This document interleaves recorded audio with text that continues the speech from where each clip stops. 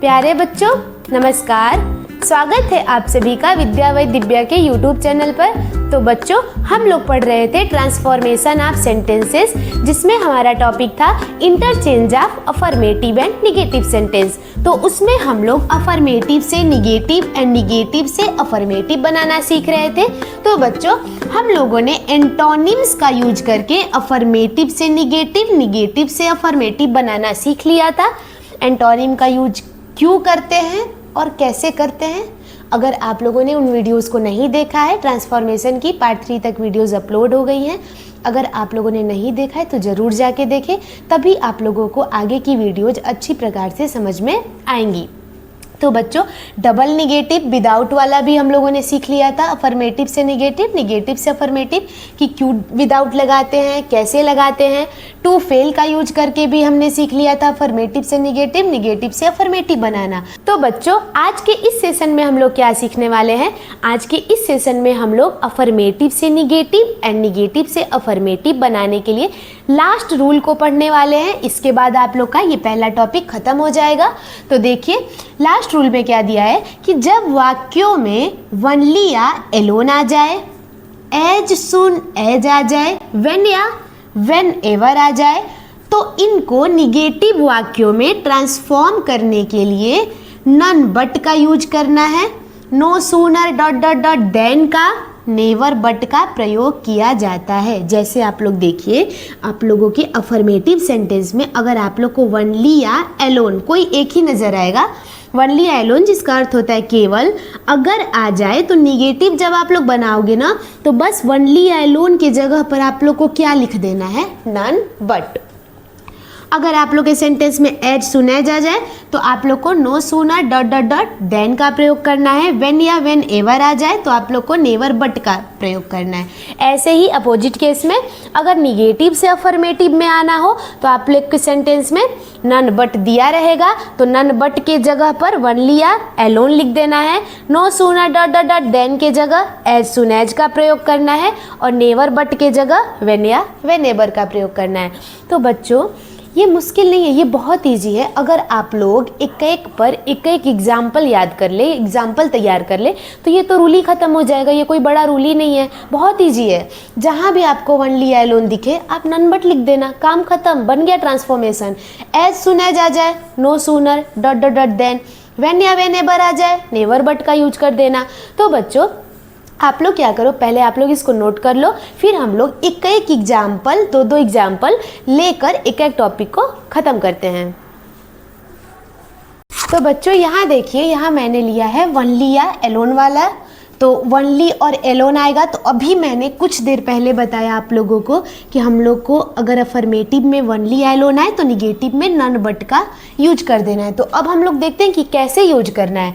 तो आप लोग का क्वेश्चन है कि चेंज इनटू निगेटिव, इसको निगेटिव में बदलना है, और आप लोग को 2 वाक्य अफर्मेटिव में दिया है, जैसे कि only the poor can beg like this. और ट्रांसफॉर्मेशन पढ़ने के लिए आप लोग पहले ट्रांसलेशन पढ़िए, ठीक है ना। इसको ट्रांसलेट कीजिए हिंदी में, केवल गरीब ही ऐसे भीख मांग सकते हैं। वनली मतलब केवल, पुअर मतलब गरीब, कैन मतलब सकते हैं, बेग मतलब भीख, लाइक दिस मतलब ऐसे। तो केवल गरीब ही ऐसे भीख मांग सकते हैं, ये एक अफर्मेटिव सेंटेंस है, और इसको हमें चेंज करना है निगेटिव में। तो कुछ नहीं करना है, बस वनली के जगह पे ना लिख देना है नन बट।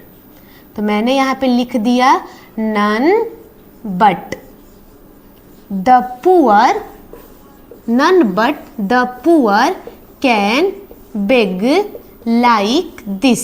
और ये हुआ आप लोगों का एक निगेटिव सेंटेंस।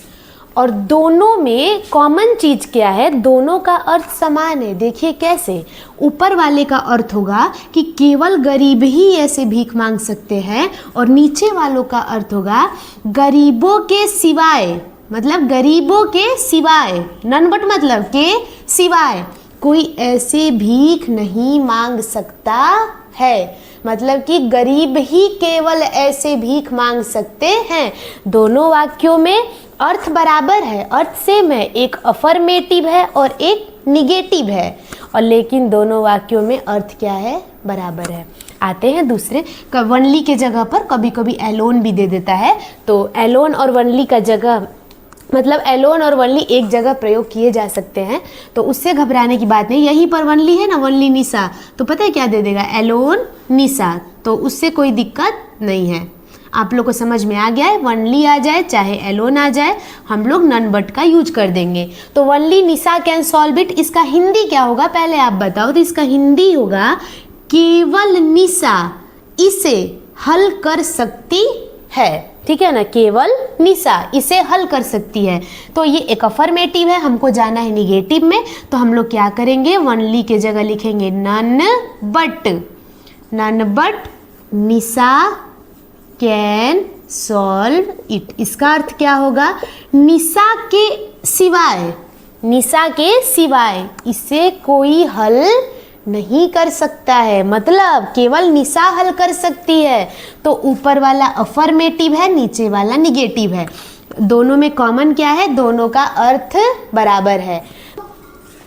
तो बच्चों कभी कभी क्या करता है कि निगेटिव सेंटेंस दे देगा और अफर्मेटिव पूछ देगा आप लोगों से, मतलब उल्टा कर देगा। तो आप लोग यहाँ पर देख रहे हैं कि नन बट है, ठीक है ना, तो हम इसकी जगह पे क्या लगा दे, या तो वनली लगा सकते हैं या तो एलोन लगा सकते हैं। तो अगर एलोन लगाएंगे तो ऐसे लगाना पड़ेगा, Ram alone was present there.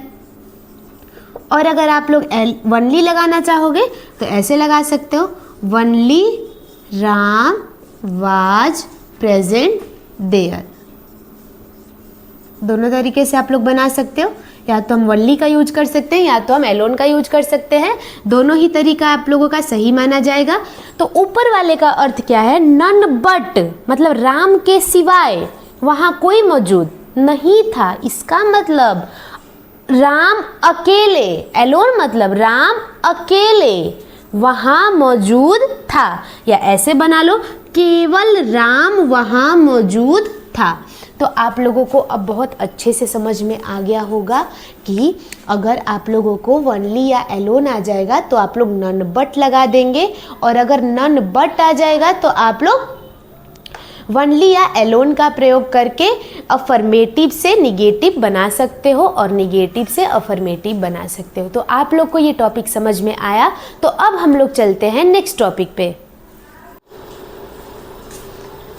तो बच्चों अब हम लोग पढ़ेंगे एज सुन एज को no sooner dot dot dot then में कैसे चेंज करते हैं, और no sooner dot dot dot then से एज सुन एज में कैसे जाते हैं। तो as soon as affirmative sentence में प्रयोग किया जाता है, no sooner dot dot dot then का प्रयोग निगेटिव सेंटेंस में किया जाता है। दोनों का अर्थ लगभग सेम ही होता है, लेकिन no sooner dot dot then वाक्यों पर जोर देकर बोलता है, इससे ज़्यादा ये सीधा सीधा बोल देता है और ये और ज़्यादा जोर देकर वाक्यों को निगेटिव में दिखा देता है, नकारात्मक दिखा देता है।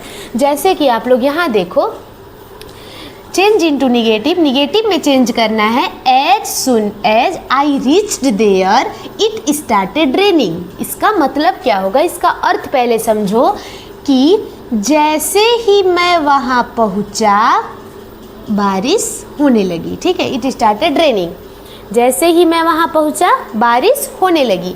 तो क्या ये सीधा सीधा नहीं है, हाँ सीधा सीधा है। इसको बनाना है निगेटिव में, क्या करेंगे हम लोग, एज सुन एज के जगह पर यूज कर देंगे नो सूनर। नो सूनर के साथ कौन सा टेंस है ये, पास्ट इंडेफिनिट ईडी लगा है, डिड का प्रयोग करेंगे। नो सूनर डिड आई, अब डिड लग गया है तो ये अपनी फर्स्ट फॉर्म में चला जाएगा, no sooner did I reach there. Comma के जगह आप लोग लगा दो देन, यही था डॉट डॉट डॉट में, है ना, no sooner dot dot dot then. अब जो भी सेंटेंस बचा है उसको आप लोग उतार दो, it started raining, it started raining, और ये आप लोग का अफर्मेटिव से निगेटिव में ट्रांसफॉर्म हो गया। तो दोनों का एक बार अर्थ समझते हैं, दोनों वाक्यों का अर्थ लगभग सेम है, ज़्यादा अंतर नहीं है, लेकिन नो सूनर वाला वाक्य को ऋणात्मक बना दे रहा है, निगेटिव बना दे रहा है। देखिए कैसे, तो दोनों वाक्यों का अर्थ देखते हैं, as soon as I reached there it started raining, जैसे ही मैं वहाँ पहुँचा वहाँ बारिश होने लगी, ठीक है। As soon as I reached there, जैसे ही मैं वहाँ पहुँचा, इट स्टार्टेड रेनिंग, बारिश होने लगी। इसका अर्थ क्या होगा, ये वाक्यों पर ना जोर दे देता है और ज़्यादा, ठीक है, और वाक्यों को वाक्यों में निगेटिविटी पैदा कर देता है। देखिए जैसे no sooner did I reach there then it started raining, इसका मतलब मैं वहाँ पहुँचा ही था कि बारिश होने लगी। इसका मतलब जैसे ही मैं वहाँ पहुँचा वैसे ही बारिश होने लगी। वाक्य पर जोर दे रहा है ना, वैसे ही बारिश होने लगी, बस इसलिए इसको निगेटिव माना जाता है। अब आप यहाँ पर देखिए, एज सुन एज ही सा the police he ran away, जैसे ही उसने पुलिस को देखा वह भाग गया। ये एक अफर्मेटिव सेंटेंस है। एज सुन एज वाक्यों को सीधा बता देता है, ज़्यादा उस पर जोर नहीं देता है। इसको जब हम लोग निगेटिव में बनाएंगे तो यूज करेंगे एज सुन एज के जगह नो सूनर डिड, और no sooner did he, saw का हो जाएगा see, no sooner did he see the police, और कॉमा के जगह देन THAN, और ही रैन अवे। इसका अर्थ क्या होगा, ही रैन अवे।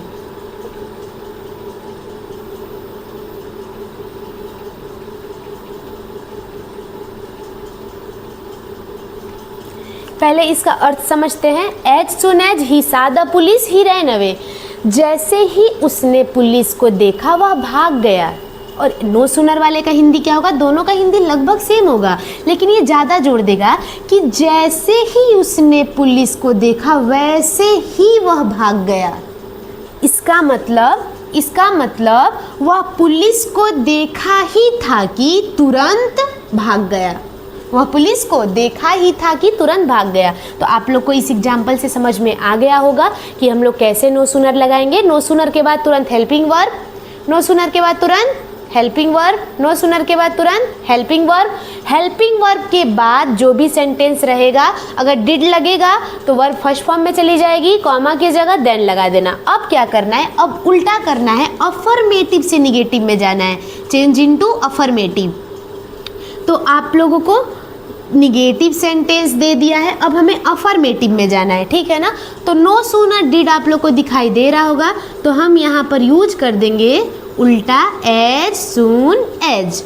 आई को आई रहने देंगे और हियर का हर्ड कर देंगे, HARD वर्ब की सेकेंड फॉर्म, और द वॉइस और देन के जगह कॉमा लगा देंगे हम लोग, और आई केम आउट। ये तो इजी हो गया। तो देखिए यहाँ पर no sooner did I hear the voice then I came out. इसका मतलब कि जैसे ही मैंने आवाज़ सुनी वैसे ही मैं बाहर आया। ये एक निगेटिविटी को दर्शा रहा है, ठीक है ना। मतलब कि मैंने आवाज़ सुनी ही थी कि मैं तुरंत बाहर आ गया, ये एक निगेटिविटी को दर्शा रहा है। अब एज सुन एज अफर्मेटिव में बनाना है, तो as soon as I heard the voice, मैंने जैसे ही आवाज़ सुनी मैं बाहर आ गया, आई केम आउट। ये एक सिंपल वाक्य को, अफर्मेटिव को दर्शा रहा है, ठीक है ना। इसमें कोई निगेटिविटी नहीं है, ना ही कोई जोर देकर कोई कुछ बोल रहा है। तो बच्चों आज की क्लास आप लोगों को कैसी लगी, आप लोग ये कमेंट में ज़रूर बताएं, और आप लोगों को ट्रांसफॉर्मेशन की सीरीज अच्छी लग रही है कि नहीं लग रही है, अपना रिव्यू ज़रूर दें। और अगर वीडियो आप लोग को पसंद आई तो आप लोग इसको लाइक करें, दोस्तों के साथ शेयर करें, और चैनल को सब्सक्राइब करना ना भूलें। धन्यवाद। और मैं यहाँ पर कुछ होमवर्क दे रही हूँ, आप लोग इसको करें और आप लोग कमेंट सेक्शन में इसका आंसर बताएं, और जितना हो सकेगा मैं आंसर्स का रिप्लाई करूँगी कि आप लोगों ने सही बनाया है कि नहीं बनाया। धन्यवाद।